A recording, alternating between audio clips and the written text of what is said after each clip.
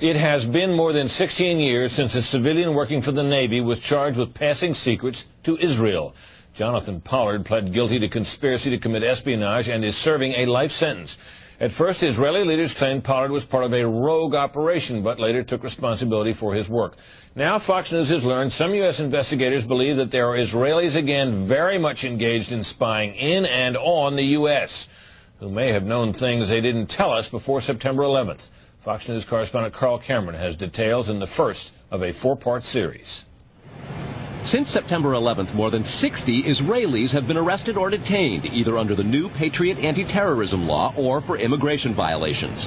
A handful of active Israeli military were among those detained, according to investigators, who say some of the detainees also failed polygraph questions when asked about alleged surveillance activities against and in the United States. There is no indication that the Israelis were involved in the 9/11 attacks, but investigators suspect that the Israelis may have gathered intelligence about the attacks in advance and not shared it. A highly placed investigator said there are, quote, tie-ins, but when asked for details, he flatly refused to describe them, saying, quote, evidence linking these Israelis to 911 is classified. I cannot tell you about evidence that has been gathered. It's classified information. Fox News has learned that one group of Israelis, spotted in North Carolina recently, is suspected of keeping an apartment in California to spy on a group of Arabs who the United States is also investigating for links to terrorism. Numerous classified documents obtained by Fox News indicate that even prior to September 11th, as many as 140 other Israelis had been detained or arrested in a secretive and sprawling investigation into suspected espionage by Israelis in the United States. Investigators from numerous government agencies are part of a working group that's been compiling evidence since the mid-90s. These documents detail hundreds of incidents in cities and towns across the country that investigators say, quote, may well be an organized intelligence gathering activity. The first part of the investigation focuses on Israelis who say they are art students from the University of Jerusalem and Bezalel Academy. They repeatedly made contact with U.S. government personnel, the report says, by saying they wanted to sell cheap art or handiwork. Documents say they, quote, targeted and penetrated military bases, the DEA, FBI, and dozens of other government facilities, and even secret offices and unlisted private homes of law enforcement and intelligence personnel. The majority of those questioned, quote, stated they served in military intelligence, electronic surveillance intercept, and or explosive ordnance units. Another part of the investigation has resulted in the detention and arrests of dozens of Israelis at American Mall kiosks, where they've been selling toys called Puzzle Car and Zoomcopter. Investigators suspect a front. Shortly after the New York Times and Washington Post reported the Israeli detentions last month, the carts began vanishing. Zoomcopter's webpage says, we are aware of the situation caused by thousands of mall carts being closed at the last minute. This in no way reflects the quality of the toy or its saleability. The problem lies in the operator's business policies. Why would Israelis spy in and on the U.S.? A General Accounting Office investigation referred to Israel as Country A and said, quote, according to a U.S. intelligence agency, the government of Country A conducts the most aggressive espionage operation against the U.S. of any U.S. ally. A defense intelligence report said Israel has a voracious appetite for information and, quote, the Israelis are motivated by strong survival instincts which dictate every facet of their political and economic policies. It aggressively collects military and industrial technology, and the U.S. is a high priority target. The document concludes, quote, Israel possesses the resources and technical capability to achieve its collection objectives. A spokesman for the the Israeli embassy here in Washington issued a categorical denial, saying any suggestion that Israelis are spying in or on the U.S. is, quote, simply not true. There are other things to consider, and in the days ahead, we will take a look at the U.S. phone system and law enforcement's methods for wiretaps, and an investigation into the possibility that both have been compromised by our friends and allies overseas. Brett? Carl, what about this question of advanced knowledge of what was going to happen on 9/11? How clear are investigators that some Israeli agents may have known something? Well, it's very explosive information, obviously, and there's a great deal of evidence that they say they have collected, none of it necessarily conclusive. It's more when they put it all together.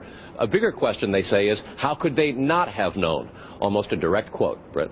This going to the fact that they were spying on some Arabs, right? Correct. All right, Carl, thanks very much. We reported on the approximately 60 Israelis who had been detained in connection with the September 11th terrorism investigation.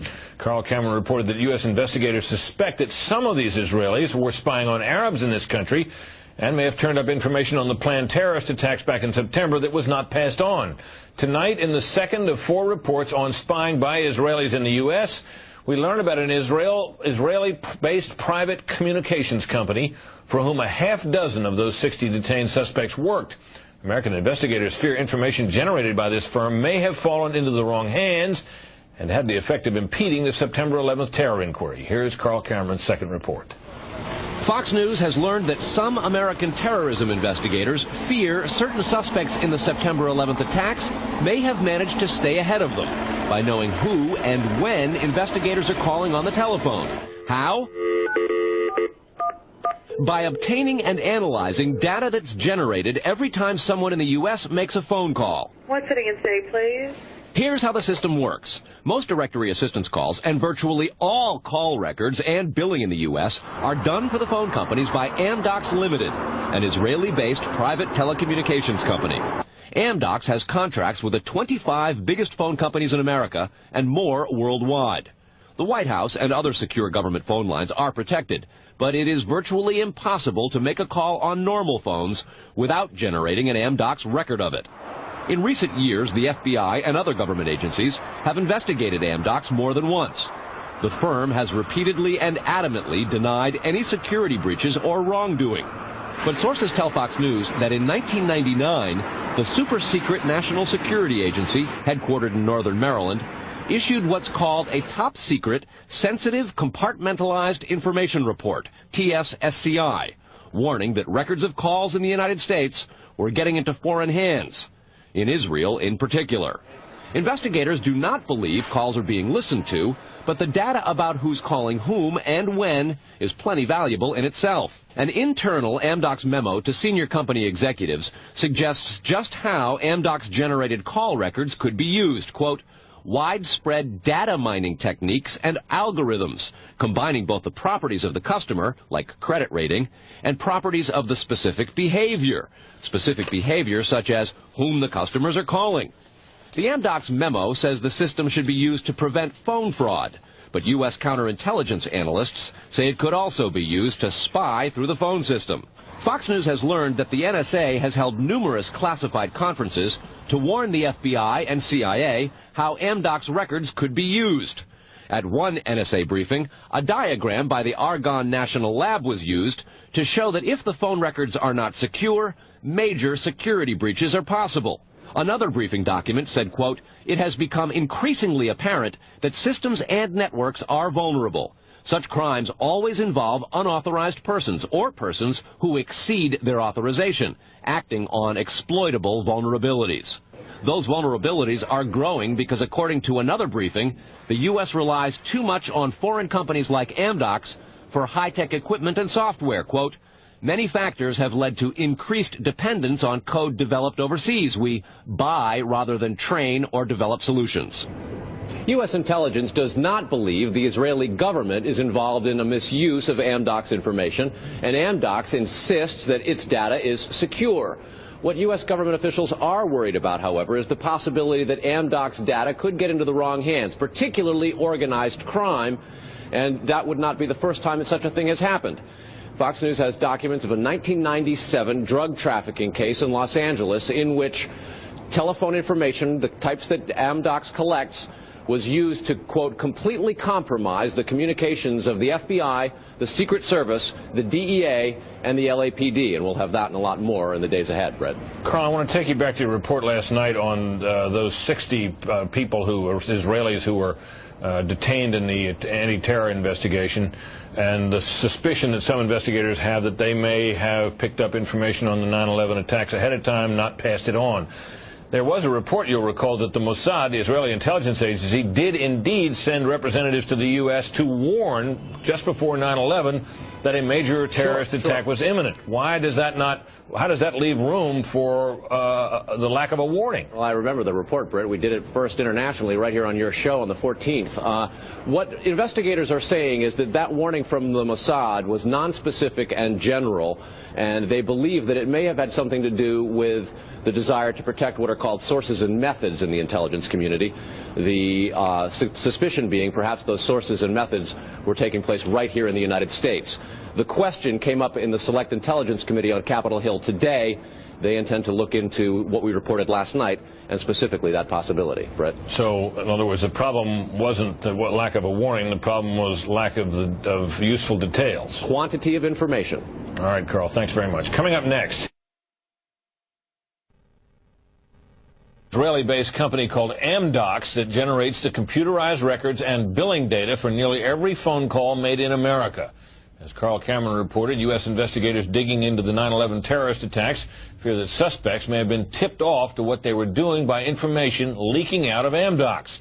In tonight's report, we learned that the concern about phone security extends to another company founded in Israel that provides the technology that the U.S. government uses for electronic eavesdropping. Here is Carl Cameron's third report. The company is Comverse Infosys, a subsidiary of an Israeli-run private telecommunications firm with offices throughout the U.S. It provides wiretapping equipment for law enforcement. Here's how wiretapping works in the U.S. Every time you make a call, it passes through the nation's elaborate network of switchers and routers run by the phone companies. Custom computers and software made by companies like Comverse are tied into that network to intercept, record, and store the wiretapped calls, and at the same time transmit them to investigators. The manufacturers have continuing access to the computers so they can service them and keep them free of glitches. This process was authorized by the 1994 Communications Assistance for Law Enforcement Act, or CALEA. Senior government officials have now told Fox News that while CALEA made wiretapping easier, it has led to a system that is seriously vulnerable to compromise and may have undermined the whole wiretapping system. Indeed, Fox News has learned that Attorney General John Ashcroft and FBI Director Robert Mueller were both warned October 18th in a hand-delivered letter from 15 local, state, and federal law enforcement officials who complained that, quote, law enforcement's current electronic surveillance capabilities are less effective today than they were at the time CALEA was enacted. Comverse insists the equipment it installs is secure, but the complaint about this system is that the wiretap computer programs made by Comverse have in effect a back door through which wiretaps themselves can be intercepted by unauthorized parties. Adding to the suspicions is the fact that in Israel, Comverse works closely with the Israeli government and under special programs gets reimbursed for up to 50% of its research and development costs by the Israeli Ministry of Industry and Trade. But investigators within the DEA, INS, and FBI have all told Fox News that to pursue or even suggest Israeli spying through Comverse is considered career suicide. And sources say that while various FBI inquiries into Comverse have been conducted over the years, they've been halted before the actual equipment has ever been thoroughly tested for leaks. A 1999 FCC document indicates several government agencies expressed deep concerns that too many unauthorized, non-law enforcement personnel can access the wiretap system. And the FBI's own nondescript office in Chantilly, Virginia, that actually oversees the CALEA wiretapping program, is among the most agitated about the threat. But there is a bitter turf war internally at FBI. It is the FBI's office in Quantico, Virginia, that has jurisdiction over awarding contracts and buying intercept equipment. And for years, they've thrown much of the business to Comverse. A handful of former U.S. law enforcement officials involved in awarding Comverse government contracts over the years now work for the company. Numerous sources say some of those individuals were asked to leave government service under what knowledgeable sources call troublesome circumstances that remain under administrative review within the Justice Department. And what troubles investigators most, particularly in New York in the counterterrorism investigation of the World Trade Center attack, is that on a number of cases, suspects that they had sought to wiretap and surveil immediately changed their telecommunications processes. They started acting much differently as soon as those supposedly secret wiretaps went into place. Brett? Carl, is there any reason to suspect in this instance that the Israeli government is involved? No, there's not, but there are growing instincts and an awful lot of law enforcement officials in a variety of agencies who suspect that and have begun compiling evidence and a highly classified investigation into precisely that possibility. Brett? All right, Carl, thanks very much. On a long-standing government espionage investigation, federal officials this year have arrested or detained nearly 200 Israeli citizens suspected of belonging to a, quote, organized intelligence gathering operation. The Bush administration has deported most of those arrested after September 11th, although some are in custody under the new anti-terrorism law. Cameron also described an investigation into the possibility that an Israeli firm generated billing data that could be used for intelligence purposes, and described concerns that the federal government's own wiretapping system may be vulnerable. Tonight, in part 4 of the series, we'll learn about the improbable roots of the probe, a drug case that went bad 4 years ago in L.A. Los Angeles, 1997. A major local, state, and federal drug investigation sours. The suspects? Israeli organized crime, with operations in New York, Miami, Las Vegas, Canada, Israel, and Egypt. The allegations? Cocaine and ecstasy trafficking and sophisticated white-collar credit card and computer fraud. The problem? According to classified law enforcement documents obtained by Fox News, the bad guys had the cops' beepers, cell phones, even home phones under surveillance. Some who did get caught admitted to having hundreds of numbers and using them to avoid arrest. Quote, this compromised law enforcement communications between LAPD detectives and other assigned law enforcement officers working various aspects of the case. The organization discovered communications between Organized Crime Intelligence Division detectives, the FBI, and the Secret Service. Shock spread from the DEA to the FBI in Washington and then the CIA. An investigation of the problem, according to law enforcement documents, concluded, quote, the organization has apparent extensive access to database systems to identify pertinent personal and biographical information. When investigators tried to find out where the information might have come from, they looked at Amdocs, a publicly traded firm based in Israel. Amdocs generates billing data for virtually every call in America, and they do credit checks. The company denies any leaks, but investigators still fear that the firm's data is getting into the wrong hands. When investigators checked their own wiretapping system for leaks, they grew concerned about potential vulnerabilities in the computers that intercept, record, and store the wiretapped calls. A main contractor is Comverse Infosys, which works closely with the Israeli government and under a special grant program is reimbursed for up to 50% of its research and development costs by Israel's Ministry of Industry and Trade. Asked this week about another sprawling investigation and the detention of 60 Israelis since September 11th, the Bush administration treated the questions like hot potatoes. I would just refer you to the Department of Justice with it. I'm not familiar with the report. I'm aware that some Israeli citizens have been detained. With respect to why they are being detained and the other aspects of your question, whether it's because they are in intelligence services or what they were doing, I will defer to the Department of Justice and the FBI to answer that. Beyond the 60 apprehended or detained and many deported since September 11th, another group of 140 Israeli individuals have been arrested and detained in this year in what government documents describe as, quote, an organized intelligence gathering operation designed to, quote, penetrate government facilities. Most of those individuals said they had served in the Israeli military, which is compulsory there, but they also had, most of them, intelligence expertise and either worked for Amdocs or other companies in Israel that specialize in wiretapping. Earlier this week, the Israeli embassy here in Washington denied any spying against or in the United States. Tony? Carl, we've heard the comments from Ari Fleischer and Colin Powell. What are officials saying behind the scenes? Well, there's real pandemonium described at both the FBI, the DEA, and the INS. A lot of these problems have been well known to some investigators, many of whom have contributed to the reporting on this story. And what they say is happening is supervisors and management are now going back and collecting much of the information because there's tremendous pressure from top levels of all of those agencies to find out exactly what's going on. At the DEA and the FBI already, a variety of administrative reviews are underway, in addition to the investigation of the phenomenon. They want to find out how it is that all this has come out, as well as be very careful because of the explosive nature and very political ramifications of the story itself. Tony? All right, Carl, thanks.